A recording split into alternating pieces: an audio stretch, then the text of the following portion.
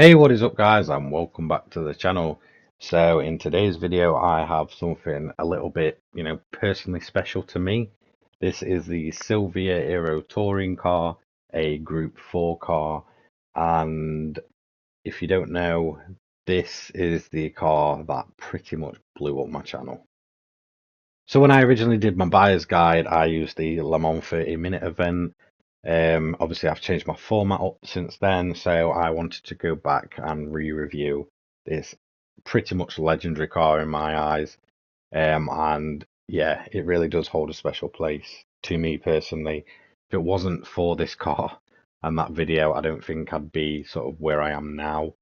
So I think at the point I'd just hit 1K, not far off, and then I made the video basically reviewing this car, and it blew my channel through the roof. The video got like 80k views, which for me is something I never ever expected.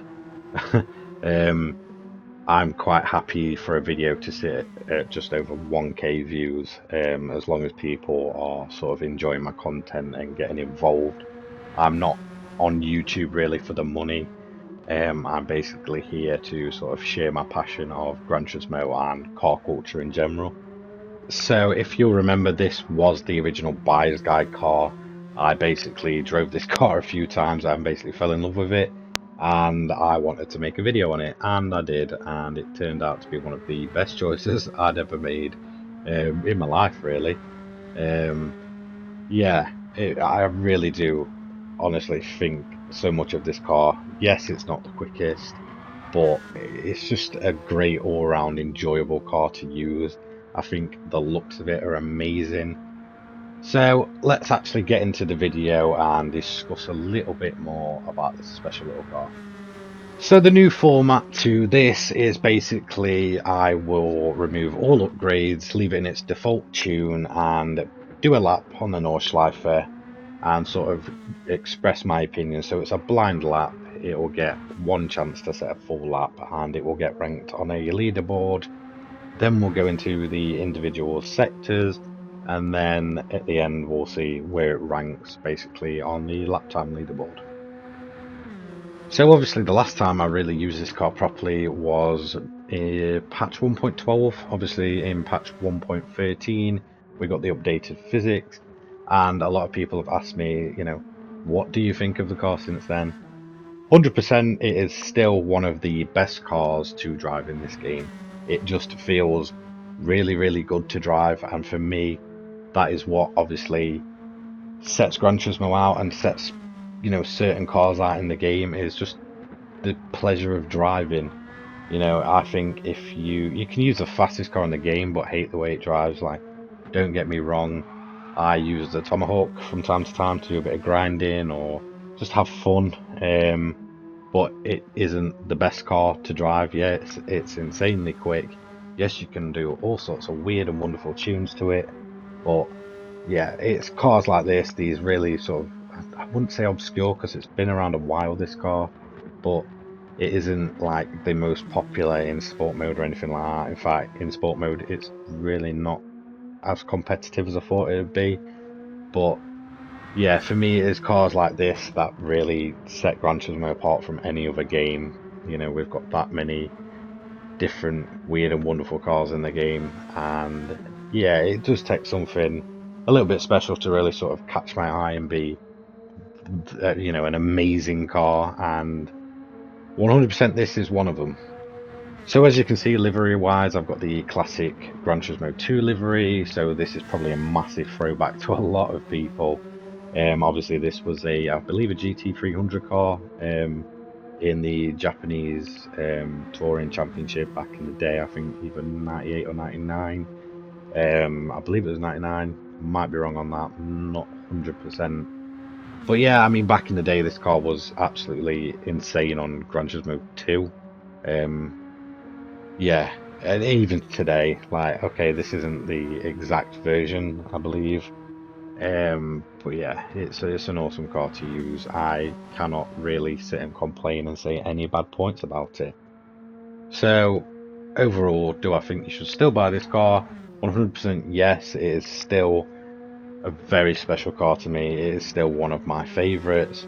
And if you are ever online or in a lobby and you sort of catch me in there, quite often I will just take this into sport mode and such, just to sort of have fun with it. Yes, it might not be competitive. I might be towards, the middle of the grid to the back of the grid, but it's just fun in general. So if you ever do see me online, don't forget to say hi.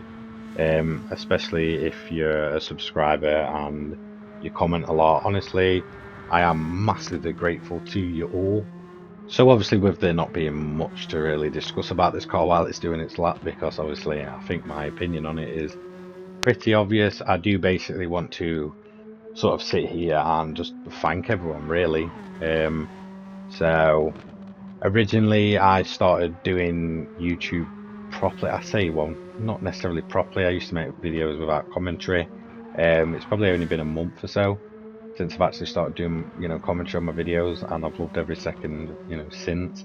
Before then, I didn't really have the confidence for YouTube or took it serious enough to sort of do it. But then, when Gran Turismo 7 came out, I'd probably been doing YouTube pretty much every day for 2 months, maybe a month and a half, and this game came out and just sort of shot my channel right up there. um, yeah. When Gran Turismo 7 released, I was on about 53 subscribers. And then on the first couple of days, I did all my gold medal guides for the licenses. That gained me to over 100 subs. And then obviously, I did start doing commentary, I think around 400 subscribers a few weeks after. And it's just sort of shot my channel, to over 2k subs. And I'm honestly grateful to each and every one of you. You've really made a difference. And to give me a platform to be able to sort of discuss my passions around cars and such like that, it's honestly a great place to be. Like, I am not in YouTube for the money. I am in YouTube for the enjoyment of, making content. Obviously, I'm looking into upgrading some of my equipment, and it's because of you guys that I can do that, that I can sort of have a voice in a community which I believe feel like sometimes gets overlooked. So there is a backstory as to why I started doing YouTube, and I feel like this is something I want to get across to a lot of you as to why I'm so grateful for what you've all done for me. Basically, at the end of last year in 2021, both me and my partner lost our jobs because we lost a baby. We ended up in a bad way, with depression and anxiety, and we just felt like our whole world was sort of coming down. And we basically took a week off and lost our jobs because the company didn't like that. Um, Obviously, we'd always been sort of frontline workers, care workers, working around mental health and complex care for like brain injury. So around January, I started just doing YouTube for fun to pass time. And then obviously Gran Turismo 7 came out and I started doing commentary and the channel took off. And it really gave me some goals to work towards. Obviously, I'm back working full time now. Um, and yeah, I just honestly, I'm massively thankful to you all for allowing me to gain my confidence back, giving me goals to reach, and just really supporting me. And I think that is why I'm so grateful to each and every one of you for pretty much everything you've done for me. So, seriously, a massive thank you to you all. So, let's have a look where the car ended up. So, this is its individual sectors. And as you can see, it has beaten the Gr.4 Suzuki, not by too much, actually. Um, so, yeah, it's got a 7 minute 14. Honestly, it just felt like a good lap. It was an enjoyable lap to do. So where does this put it on the board? It puts it in at third. So very, very good actually, especially for a Gr.4. It's kind of surprised me. So yeah, I mean, seriously, again, massive thank you to you all. If you like this kind of content, I make this kind of content each and every day. Don't forget to leave a like, comment, and subscribe, and I'll hopefully see you all in the next one. Cheers, guys.